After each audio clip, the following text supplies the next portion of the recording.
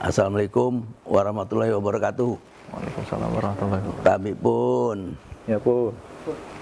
Nah, ini di Ike Edwin TV datang anak-anak muda dari Unila semua nih. Dulu alma mater saya tahun 78. Alma mater, dia nggak mau datang ke rumah saya, mau main-main, ngobrol-ngobrol sama senior saya dulu di Unila. Di Unila tahun 78.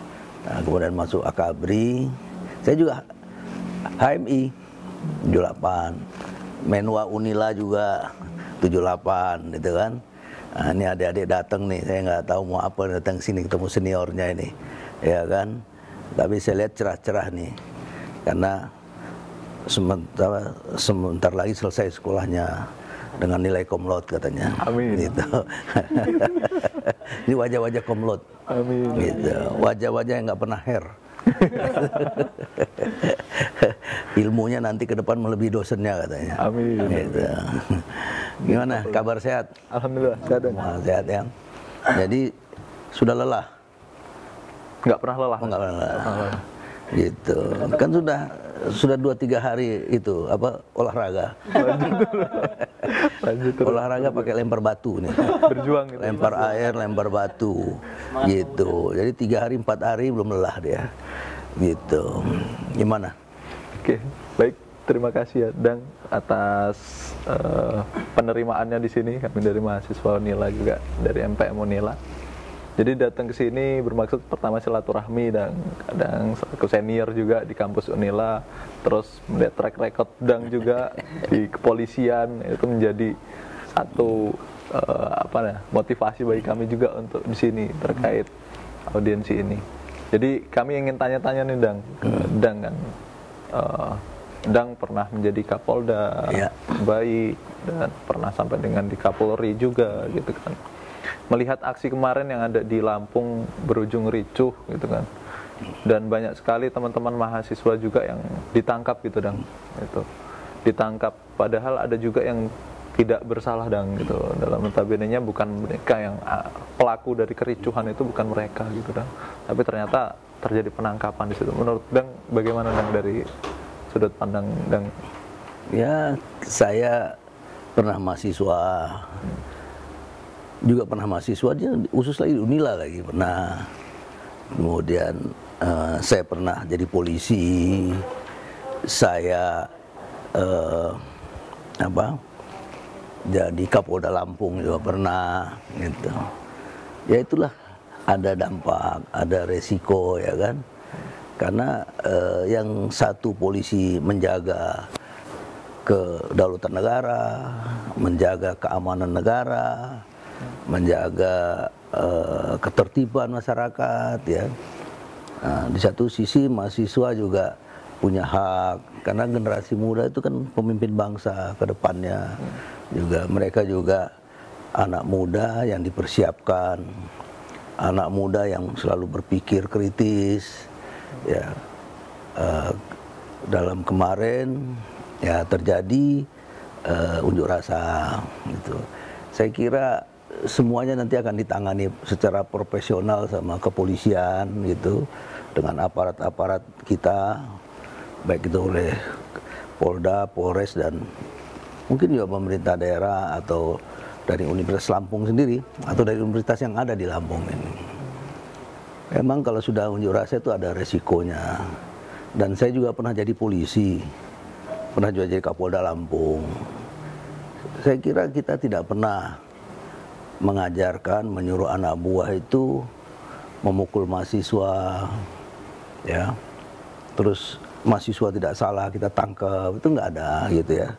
Membuat mahasiswa sampai cedera, ya itu nggak ada. Tapi pasti ada sebab akibat itu yang.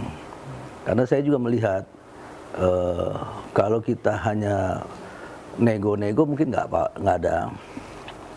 Tapi karena saya lihat nego udah capek, panas, haus, ya kan, berhari-hari, mungkin juga belum ada solusi yang bisa diterima oleh mahasiswa. Kalau polisi itu sebenarnya hanya menjaga keamanan saja. menjaga keamanan, ketertiban supaya tidak ada korban, tidak ada yang sakit, luka-luka dan hancur. Itu tugasnya kepolisian. Nah, tapi karena mungkin sudah berhari-hari belum ada penyelesaian, belum juga mahasiswa puas, mungkin disitulah mahasiswa juga emosi, ya namanya anak muda ini, ya terjadi lempar-lempar, merusak ini, akhirnya mungkin polisinya juga ada yang kena sakit, kena batu, kena ini, akhirnya menangkap, gitu kan.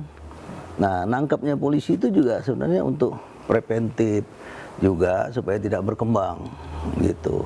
Represif juga supaya tidak berkembang, gitu ya. Nah, kalau polisi sebenarnya nggak ada diajarin, saya selama 40 tahun jadi polisi nggak pernah disuruh ngajarin mukulin mahasiswa, itu nggak ada, gitu. Apalagi mencederainya sampai luka, itu nggak ada, karena saya merasa mahasiswa itu adik saya dan anak saya, gitu. Dan kita merasakan bahwa kita tidak bisa akan begini terus, karena kita makin tua juga. Nah, pengganti kita siapa? Adik-adik dan anak-anak kita mahasiswa, itulah pengganti kita ke depan, gitu. Nah, tapi mungkin emosi yang terjadi, sehingga terjadi dorong-dorongan, lempar-lemparan, gitu. Mungkin ada yang tertangkap, ada yang ini, gitu. Mungkin mahasiswanya emosi juga, terlalu emosi ya, karena masih anak-anak, masih muda-muda sekali, gitu. Tapi itulah nilainya emosi anak-anak muda, emosinya mahasiswa itu harusnya kita sambut baik, bahwa memang itulah jiwa mereka dalam menapak masa depannya nanti. Mereka ingin negara ini baik, negara ini bagus, berkeadilan yang bagus, tapi dia masih punya cara seperti itu. Tapi saya yakin itu bisa diselesaikan sama kepolisian, baik itu Polda maupun Polres. Ya, saya kira Pak Rektor, Pak Dekan bisa nemuin, ya, minta ini jaminan lah kepada kepolisian, menjamin kepolisian supaya adik-adik kita bisa diurus dengan baik, gitu. Ya, mudah-mudahan adik-adik kita juga dengan sudah dilakukan penindakan oleh kepolisian, ya berhenti dulu sebentar. Kalau unjuk rasanya itu boleh, polisi itu menyilahkan, karena undang-undang diperbolehkan. Yang harus diperbolehkan itu kalau sudah tidak bisa mengendalikan diri. Nah, itu saja. Kan kalau sudah rusak orang jadi korban. Kalau rusak jadi barang-barang kita hancur, nggak kepakai, mengganggu ketertiban umum. Nah, itu saja yang dilarang. Kalau unjuk rasa tertib ini gitu, saya kira itu. Dan yang paling penting ya, selama saya menjadi polisi, yang paling penting itu siapa yang diunjuk rasa itu harus mampu dia menjelaskan. Itu yang penting. Karena selama saya jadi Kapolda itu asal sudah diterima dan mereka mau berdebat, mau berdiskusi gini, itu seingat saya, sepengalaman saya, unjuk rasa mundur. Ya, mundur. Karena apa-apa yang diinginkan mereka diterima. Gitu, diterima, gitu kan. Sehingga mundur mereka. Gitu. Nah, itulah menurut saya ribut-ribut itu juga memang udah sering. Tapi kalau menurut saya, kalau polisi sampai melakukan pemukulan apa-apa itu tidak ada diajar di ilmu, maupun perintah pimpinannya nggak ada.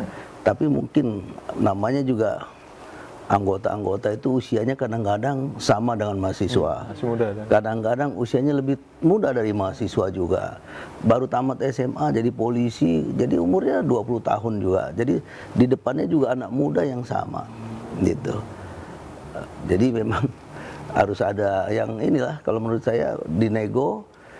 Mahasiswa itu biasanya minta orang yang dimintanya itu harus keluar, harus berdialog. Nah, ini yang jembatan ini yang harus ya, harus bisa ditemukan, gitu. Nah, mungkin kemarin nggak ada jembatan ini, jadi mahasiswa berhari-hari belum ketemu kepada siapa dan siapa yang menerima mereka, gitu. Oke. Nah, itu Dang. Jadi kalau berbicara terkait kericuhan kemarin itu Dang, karena teman-teman yang di sini juga sebagai pelaku, maksudnya kami yang menjalani aksi Nah kan di sana itu kami merasa ada penyusup lah dan di antara kami ya, sehingga menjadi provokator di sana, mulai dengan melempar-lempar dan segala macam, dan itu bukan dari kami gitu kan Dang. Nah gitu sebenarnya kalau dari peran kepolisian kayak mana Dang menanggapi hal itu? Ketika melihat dalam sebuah masa aksi sebenarnya bukan masa aksi itu yang menginginkan ricuh gitu, tapi ada penyusup gitu Dang. Itu bagaimana Dang tindakan dari aparat? Kalau pengalaman saya memang ada penyusup, ada enggak. Itu selalu polisi itu pengalaman saya di polisi. Sebelum kita terjun di lapangan, kita tuh sudah ada perkiraan intelijen, sudah ada apa isu-isu ya yang sudah dianalisa di kepolisian dalam menghadapi besok mau unjuk rasa gitu. Sudah ada analisa dan sudah ada cara-cara bertindak di dalam operasi kita itu. Nah kita juga selalu mengingatkan sama anggota, hati-hati nanti ada penyusup, hati-hati nanti istilahnya ada yang menunggangi katanya gitu.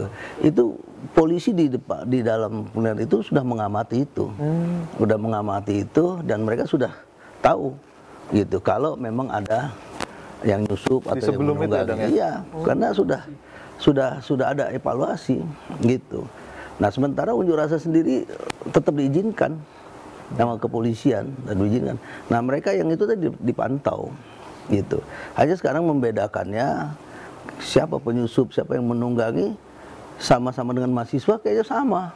Bajunya juga merah kadang-kadang, bajunya putih, bajunya biru, baju kuning, baju hitam, ya, baju apa-apalah banyak baju begitu kan kita nggak bisa tahu gitu. Kadang-kadang ada juga